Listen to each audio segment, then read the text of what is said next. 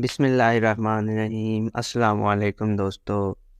सरदार TV की एक और वीडियो ਦੇ ਵਿੱਚ ਤੁਹਾਨੂੰ ਖੁਸ਼ਾਮਦੀਦ ਕਹਿੰਦੇ ਆ। ਦੋਸਤੋ ਅੱਜ ਦੀ ਵੀਡੀਓ ਦੇ ਵਿੱਚ ਆਪਾਂ ਗੱਲ ਕਰਾਂਗੇ ਉਕਾੜਾ ਦੇ ਹਲਕਾ NA 142 ਪੁਰਾਣੀ ਹਲਕਾਬੰਦੀਆਂ ਦੇ ਮੁਤਾਬਿਕ ਤੇ ਨਵੀਆਂ ਹਲਕਾਬੰਦੀਆਂ ਦੇ ਮੁਤਾਬਿਕ NA 136 ਦੇ ਬਾਰੇ। ਦੋਸਤੋ ਇਹ ਹਲਕਾ ਉਕਾੜਾ ਸ਼ਹਿਰ ਦਾ ਹਲਕਾ ਹੈ ਤੇ ਇਹਦੇ ਨਾਲ ਕੁਝ ਥੋੜੇ ਬਹੁਤ ਪਿੰਡ ਨੇ। ਦੋਸਤੋ ਇੱਥੋਂ ਮੱਦੇ ਮੁਕਾਬਲ ਹੋਣਗੇ ਪਾਕਿਸਤਾਨ ਮੁਸਲਿਮ ਲੀਗ ਨਵਾਜ਼ ਦੇ ਚੌਧਰੀ ਰਿਆਜ਼ੁਲ ਹਕ ਜੱਜ ਸਾਹਿਬ ਤੇ ਉਹਨਾਂ ਦੇ ਮੁਕਾਬਲੇ ਤੇ ਰਾਓ ਹਸਨ ਸਿਕੰਦਰ ਤੇ ਇਸ ਤੋਂ ਇਲਾਵਾ ਤੀਸਰੇ ਉਮੀਦਵਾਰ ਕਿਸੇ ਤਾਰੁਫ ਦੇ ਮੁਹਤਾਜ ਨਹੀਂ ਚੌਧਰੀ ਮਸੂਦ ਸ਼ਫਕਤ ਰਬੇਰਾ। ਜੇ ਅਸੀਂ ਇਲੈਕਸ਼ਨ 2018 ਦੀ ਗੱਲ ਕਰਨੇ ਆ ਤੇ ਇੱਥੋਂ ਚੌਧਰੀ ਰਿਆਜ਼ੁਲ ਹਕ ਜੱਜ ਪਾਕਿਸਤਾਨ ਮੁਸਲਿਮ ਲੀਗ ਨਵਾਜ਼ ਦੇ ਟਿਕਟ 'ਤੇ ਵਾਜ਼ਿਆ ਲੀਡ ਦੇ ਨਾਲ ਇਹ ਸੀਟ ਜਿੱਤੇ। ਉਹਨਾਂ ਨੇ ਤਕਰੀਬਨ 1,40,000 ਵੋਟ ਹਾਸਿਲ ਕੀਤਾ। ਇਹਨਾਂ ਦੇ ਮੁਕਾਬਲੇ 'ਤੇ ਦੂਸਰੇ ਨੰਬਰ 'ਤੇ ਰਾਓ ਹਸਨ ਸਿਕੰਦਰ ਪਾਕਿਸਤਾਨ ਤਹਿਰੀਕੇ ਇਨਸਾਫ ਦੇ ਟਿਕਟ 'ਤੇ ਇਲੈਕਸ਼ਨ ਲੜੇ। ਇਹਨਾਂ ਨੇ ਤਕਰੀਬਨ 76,000 ਵੋਟ ਹਾਸਿਲ ਕੀਤਾ ਤੇ ਇਹ ਸੀਟ ਜੱਜ ਸਾਹਿਬ ਨੇ ਵਾਜ਼ਿਆ ਅਕਸਰੀਅਤ ਦੇ ਨਾਲ ਵਿਨ ਕੀਤੀ।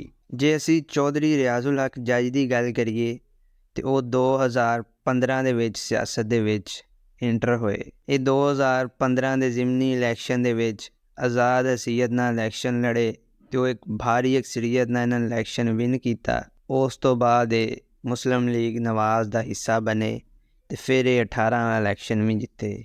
ਦੋਸਤੋ ਉਕਾੜਾ ਦਾ ਇਹ ਹਲਕਾ ਪਾਕਿਸਤਾਨ ਮੁਸਲਿਮ ਲੀਗ ਨੂਨ ਦਾ ਗੜ੍ਹ ਸਮਝਿਆ ਜਾਂਦਾ ਹੈ।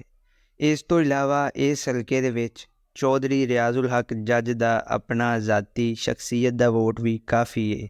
ਇਸ ਤੋਂ ਇਲਾਵਾ ਇਸ ਹਲਕੇ ਦੇ ਵਿੱਚ ਜੱਜ ਸਾਹਿਬ ਦੇ ਮੱਦੇ ਮੁਕਾਬਲ ਹੋਣਗੇ ਰਾਓ ਹਸਨ ਸਿਕੰਦਰ, ਇਹ ਸਾਬਕ ਵਜ਼ੀਰ ਦਫਾ ਪਾਕਿਸਤਾਨ। ਰਾਓ ਸਿਕੰਦਰ ਇਕਬਾਲ ਦੇ ਸਾਹਿਬਜ਼ਾਦੇ ਨੇ। ਰਾਓ ਸਿਕੰਦਰ ਇਕਬਾਲ ਦੀਆਂ ਵੀ ਉਕਾੜਾ ਵਾਸਤੇ ਬੇਪਨਾਹ ਖਿਦਮਾਤ ਨੇ। ਇਸ ਤੋਂ ਇਲਾਵਾ ਤੀਸਰੇ ਉਮੀਦਵਾਰ ਚੌਧਰੀ ਮਸੂਦ ਸ਼ਫਕਤ ਰਬੇਰਾ ਨੇ। ਇਹ ਵੀ 2013 ਤੋਂ 18 ਤੱਕ MPA ਰਹਿ ਚੁੱਕੇ ਨੇ। ਚੌਧਰੀ ਮਸੂਦ ਸ਼ਫਕਤ ਰਬੇਰਾ ਚੌਧਰੀ ਸ਼ਫਕਤ ਅਬਾਸ ਰਬੇਰਾ ਦੇ ਫਰਜ਼ੰਦ ਨੇ। ਚੌਧਰੀ ਸ਼ਫਕਤ ਅਬਾਸ ਰਬੇਰਾ ਉਕਾੜਾ ਤੋਂ MNA ਵੀ ਰਹਿ ਚੁੱਕੇ ਨੇ ਤੇ MPA ਵੀ ਰਹਿ ਚੁੱਕੇ ਨੇ। ਦੋਸਤੋ ਜੇ ਆਪਾਂ ਓਵਰਆਲ ਦੇਖੀਏ ਤਾਂ ਇਸ ਹਲਕਾ ਦੇ ਥੱਲੇ 2 ਸੂਬਾਈ ਸੀਟਾਂ ਪੁਰਾਣੀਆਂ ਹਲਕਾਬੰਦੀਆਂ ਦੇ ਮੁਤਾਬਿਕ PP 188 ਤੇ PP 199 ਸੀ। ਜੇ ਆਪਾਂ ਨਵੀਆਂ ਹਲਕਾਬੰਦੀਆਂ ਦੇ ਮੁਤਾਬਿਕ ਵੇਖੀਏ ਤਾਂ PP 190 ਤੇ PP 191 ਆ।